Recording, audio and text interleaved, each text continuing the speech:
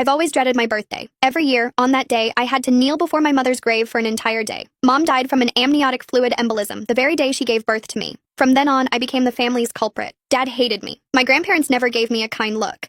They all said I was the one who killed Mom. On my 8th birthday, I cautiously tugged at Dad's sleeve, speaking in a small voice. Dad, I feel so unwell today. Can I not go to Mom's grave? But Dad's eyes turned red, and he roared at me. Your mom died giving birth to you. If you don't go to her tombstone and repent, how can you face her? He wouldn't listen to my explanations. Like discarding trash, he dropped me in front of Mom's tombstone and walked away without looking back. Watching Dad's retreating figure, I let out a soft laugh. Dad, when I die, will you stop hating me then? Dad had long since disappeared from sight, leaving me alone at the tombstone with a pile of unburned paper money. I curled up, leaning against the cold stone. Mom, I whispered, Auntie Doctor said I have a very serious illness. My stomach will hurt constantly until I die. As I finished speaking, the pain in my belly intensified, like 1,000 ants burrowing into my flesh. The wind grew stronger, whipping my hair into a tangled mess and blowing the ashes of the paper money onto my neck. I raised a hand to wipe them away, only to feel cold sweat on my face. Mom, when I die, will I finally see you? When I do, please don't dislike me like Dad does, okay? I didn't mean to make you die. I lay prostrate against the tombstone, too weak to move from the pain, my gaze fixed on Mom's smiling face in the photo.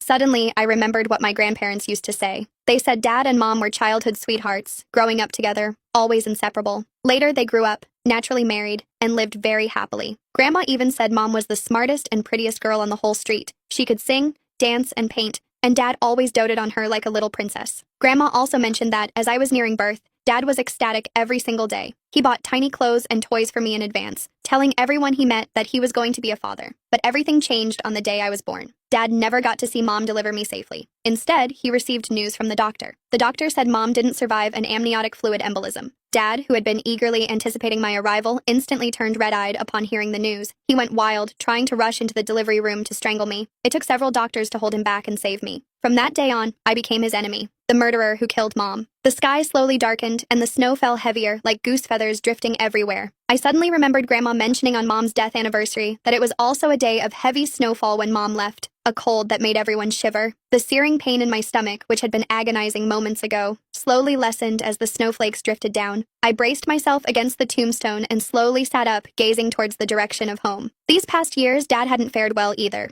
Since I could remember, I'd never seen Dad smile. Every day, besides work, he would stare blankly at Mom's photo. I wanted to go back. Anyway, my remaining days were few. I might as well do something for Dad now.